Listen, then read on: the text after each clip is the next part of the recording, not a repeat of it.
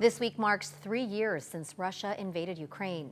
New tonight, we're hearing about what life is like for a local Ukrainian refugee. CBS 8 Shannon Handy shares her story.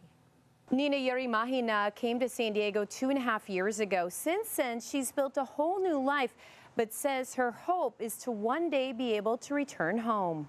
We traveled through several countries in Europe, and we stayed in Germany. But everywhere we went, we felt proximity of Russia. The USA, it was like something where I can feel safe.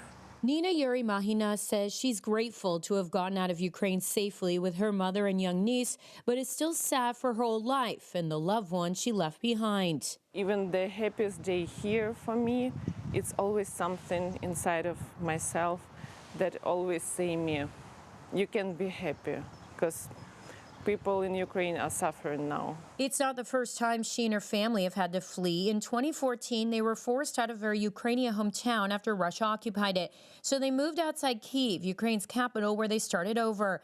Then 8 years later, it happened again.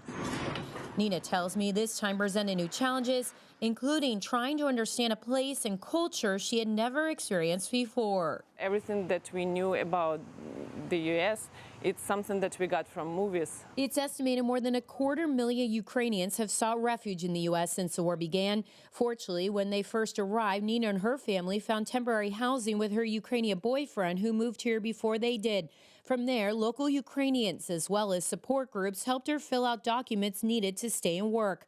She has since found a job working for the same furniture company she did back home, as well as an apartment she shares with her mother and niece. She's improved her English through practice. Meanwhile, her mom takes language classes at City College, and her niece, now 10, is thriving in school. We try to keep our culture, but we open for American culture. While she's managed to create a nice life here in San Diego, Nina admits it doesn't feel like home, telling me with slight hesitation, if President Trump makes good on his pledge to end the war, she'd return. If the war were to end tomorrow, would you go back to Ukraine?